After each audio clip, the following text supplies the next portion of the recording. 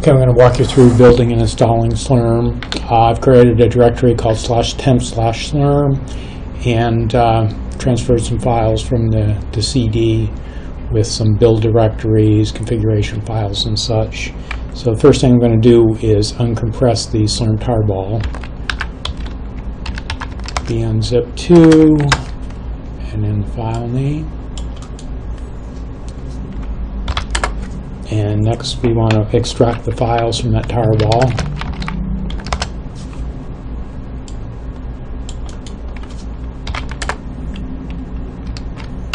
So let's look at the files there.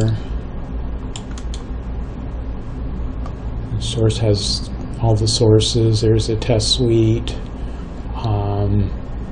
documentation, various other files. So let's go to the build directory.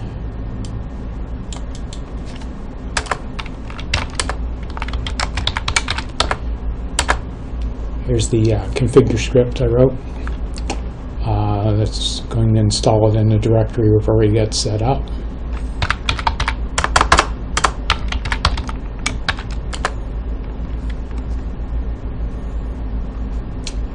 Let's go to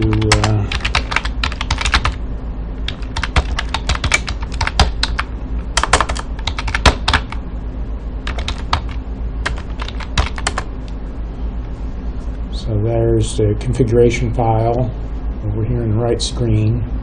We'll have to edit that. Looks like the configure is just about done.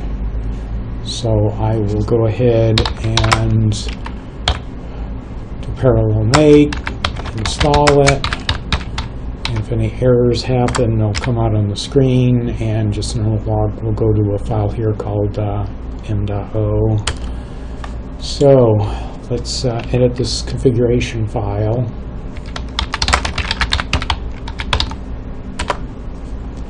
So the host name, as it says, should be the comes back from the hostname.-s. So let's see what that does. Your machine will obviously be different, and your username, you can get it from that.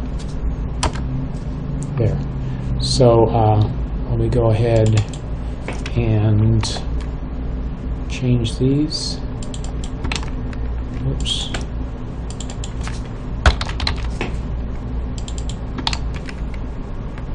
Hostname there, hostname here, and then because we'll be running the Slurm control daemon and the SlurmD on that one compute node, and the partition will have that one node in there, and then we set the user IDs, or usernames I should say, save that. So that should be good to go. And let's go to directories where the daemons will be.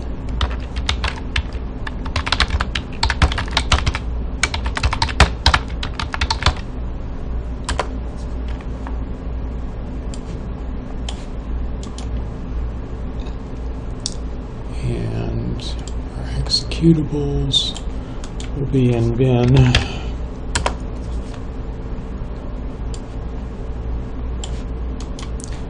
So there are daemons. I'm going to start up the Slurm control daemon in foreground. Capital D, clear state, though there's no state to really worry about here, and I'll run it with verbose mode. And now I will start the SlurmD daemon, same options.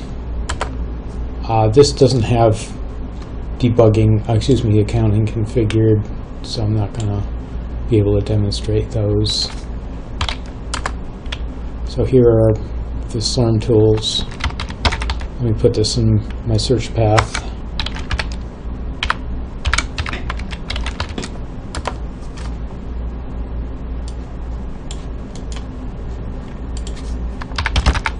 sinfo.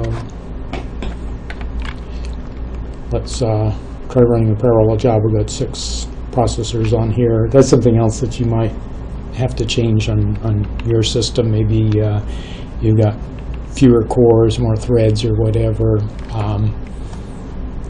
Slurm will print out socket, core, and thread information here. And actually, let me just do it with just the -C option. You'll see what it prints. Uppercase C. So this is the type of information you'll be able to stick in your slurm.conf file.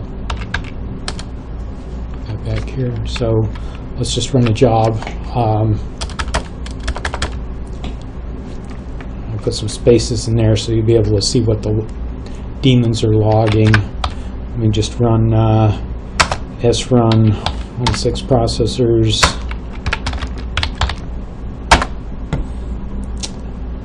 And as you can see, that happened pretty quickly.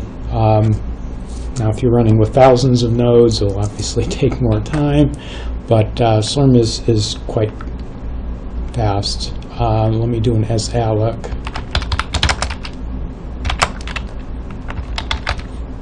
So we've just created a 2-processor allocation for ourselves with a bash shell, and it does set a bunch of environment variables. So let's take a look at those.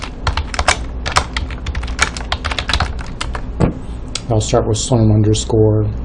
Most important one here from Slurm's perspective is the slurm job ID, and that's what the srun command looks at to see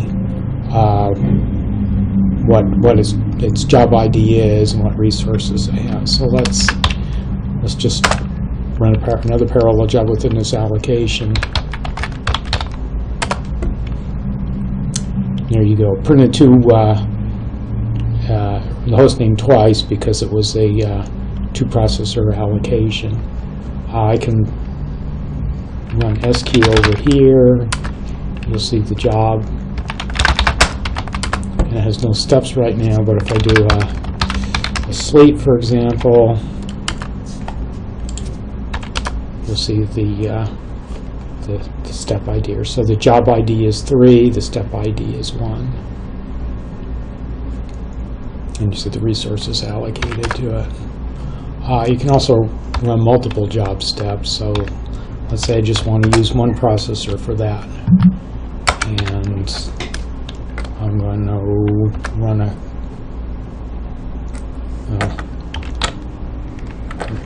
my fault there.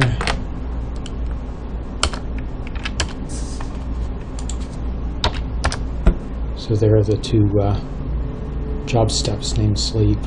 The error up here was because I specified -n, which should be followed by the task number, and I didn't put a number in after that. While this is running, I can run other jobs over here. Let's create a little script here.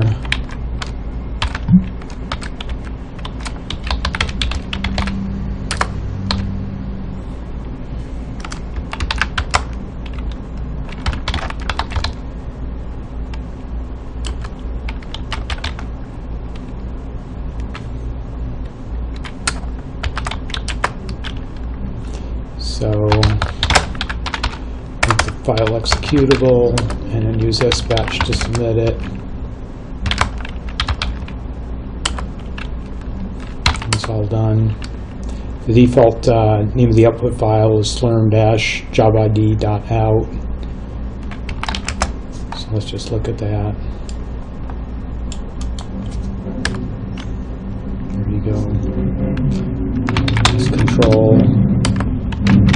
Job, get a better picture as to all options that are available on the jobs.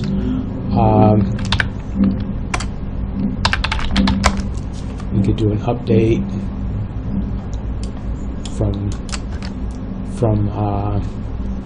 user root or user slurm, and let's see, let's change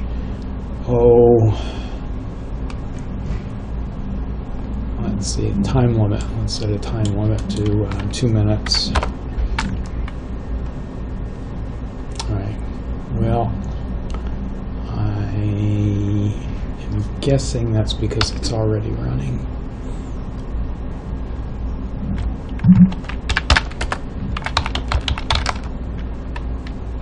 Cancel all jobs belonging to me. And you see over here it was terminated.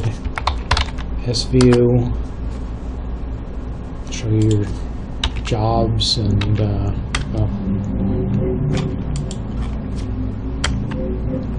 space of salloc. Create another one.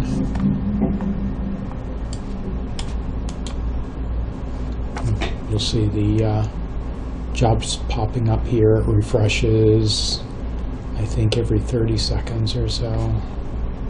Oh. Need to put the SView in the background. So we should see job 6 there, right? And I can start up some job steps within here.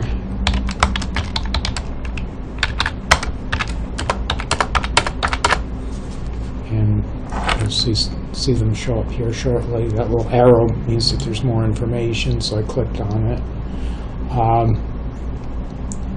I can right-click on any of the jobs or steps or nodes and get more information about them. I can cancel them, requeue them. I'm sure you want to cancel. Let's just cancel it. Information on the partitions. Information about nodes. I click on a node.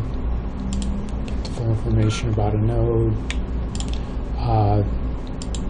There is a administrative mode, and that lets you change some fields that you wouldn't otherwise be able to. Let's just drain this node, and the reason it's drained.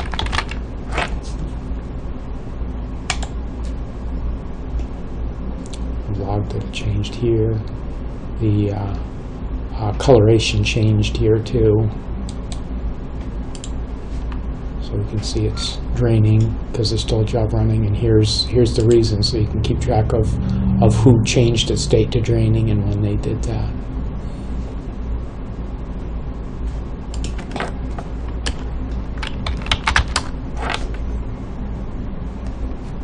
I just ended the job. Okay, no jobs. This is drained. So I'll just end that, but that gives you a feel for some of the basic Slurm functionality.